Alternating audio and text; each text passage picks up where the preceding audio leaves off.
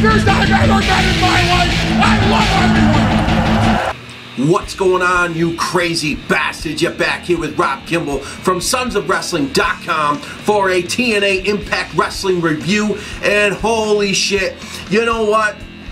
Out of order. The goddamn main event. Bobby Roode is the new TNA champion. Oh, hell yes. What a match that was. And whew, let me tell you what. That was spectacular. And our champ is back. Bobby Roode, the longest reigning TNA champion of all time, is champion once again. Finally. This is great. And TNA has been on fire. And let me tell you what. No small feat here. Bobby Lashley rocked. Let me tell you. But he had those heel things where he wasn't a heel at all. His whole title run. You know, heel tactics and shit. He's always won clean. He's never tried to play the dirty route. But he did that to try to get a little heat. But let me tell you, that guy is sick in the, like, just his moveset. When he is about to be attacked, he's already scouted the moves. He's so fast. Just, I give it to him. I tell you what, that guy is quick as hell, and you could just see the talent. Just it's sick. So anyway, I just had to get that out of there. Wow, that was a great moment. The It Factor back in charge to lead TNA into the new year in a couple months down the road, but man, things are looking great. Really, really awesome TNA. So we start off the show with Samoa Joe and Low Ki versus MVP and Kenny King.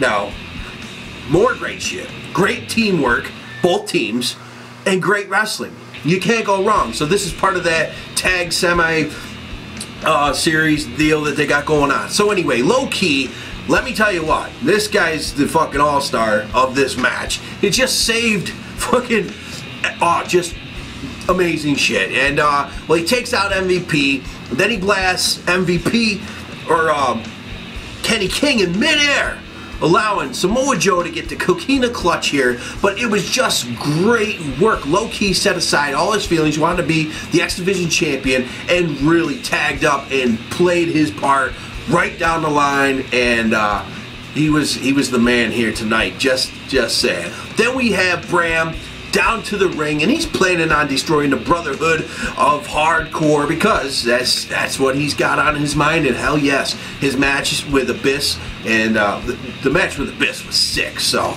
anyway, he calls Magnus down, his brother, and they plan on destroying the dinosaurs. So Devon's music hits, and he calls out the Innovator of Violence down, and we get a little street fight going on, and the old timers, Tommy Dreamer, Devon, standing strong in the middle of the ring with chairs in hand as Bram and Magnus retreat.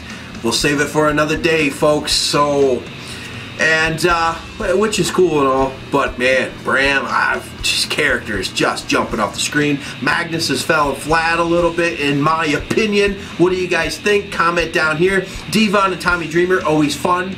And Tommy Dreamer doesn't even like the name Innovator of Violence, so he said that on a podcast. I think it was Steve Austin's. Yes, I'm sure that's where it was. Anyway, Shark Boy, backstage, killing hot dogs, being rude to fans, and he's an asshole. Anyway, he gets a little pep talk, a little pep cheer going, and hell yeah, he's gonna come back. He slams the dogs down, and he's ready to come out and do whatever. Never did anything on this show, so it must be next week, but I doubt he's gonna be doing anything, all 5'9" of them, 180 pounds. So anyway, we have the Beautiful People versus Madison Rayne and Taryn Terrell, and backstage you had Madison Rayne and Taryn Terrell with a little, you know, they don't like each, well, Madison Rayne don't like Taryn Terrell. So we move on to this match, and Madison Rayne refuses to tag in as the Beautiful People just take over, beating down Taryn Terrell. She did look good in the beginning, but tag teams require teamwork, so Madison Rayne refuses. But here it looks like maybe she's going to join the Beautiful People again, which made no fucking sense. So she comes in without tagging anyway, and hits the Beautiful People, and then hits her finisher on Taryn Terrell, allowing the Beautiful People to pick up the victory. She just leaves with her stupid wave. Bautista style, and that was that. So it looks like we're gonna have a feud between the two, Terrence Terrell and Madison Rayne. All right, back to EC3 and Tyrus versus the Hardys. Hell yes, match was great, and I was just thinking to myself, man, Brodus Clay is in there with the Hardys. Is he marking out a little bit? Man, because he's one of the greatest tag teams of all time. And he's in there. And he's in TNA. And you see he got a little messed up with the six-sided there for a minute when he went for that the Tyrus fucking splash that he missed. And this is when the Hardys take over. Two twists of fate, a swanton bomb, and Matt Hardy pins him. EC3 is pissed. And he got split open. Little blood going on. Hey, blood. It happens sometimes. Anyway, this was decent, and it looked like EC3 was gonna. Well, he did snap on Brodus or Tyrus, and Tyrus he handled himself. So we'll see where they go from here. You can't make the two snap already between each other. You can't have that break yet. You already did the EC3 spud one, so it's just an infuriated EC3. Ethan Carter expects nothing less than winning. So that's where we go, and we'll see what happens next week. Then we have James Storm with Sonata and Manic out to the ring, cutting a promo about Storm. There's a storm coming, and he's got a new guy in mind, and that's Davey Richards, which is so odd. The Wolves have been together forever. So Davey Richards comes out. He looks like he wants to join the Revolution. Eddie Edwards comes down. Whoa, what the hell is going on? Like, what the hell is the deal here? And he says, and then anyway, as he's going on, he says that Storm's crazy and shit. Anyway, Davey Richards takes the mic. He says, I can talk for myself. Whoa, will we get a match between Eddie Edwards and James Storm here? And Davey Richards outside of the ring. Manic is keep trying to get to him, get in his ear. So Eddie Edwards is fighting many battles here, trying to take out Storm, but then trying to keep everyone away from Davey Richards from, I guess 7 words could change this guy's direction. What's happened between Eddie Edwards and Davey Richards? There has to be something deeper.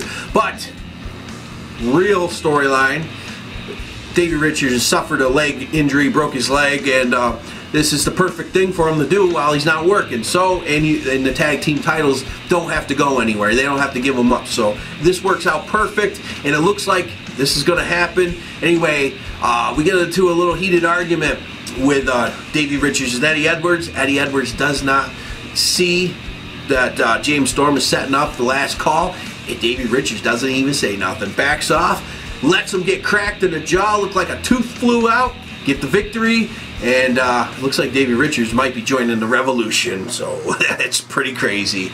Then we have the main event. Holy shit, Kurt Angle. Just like I started off the goddamn show here.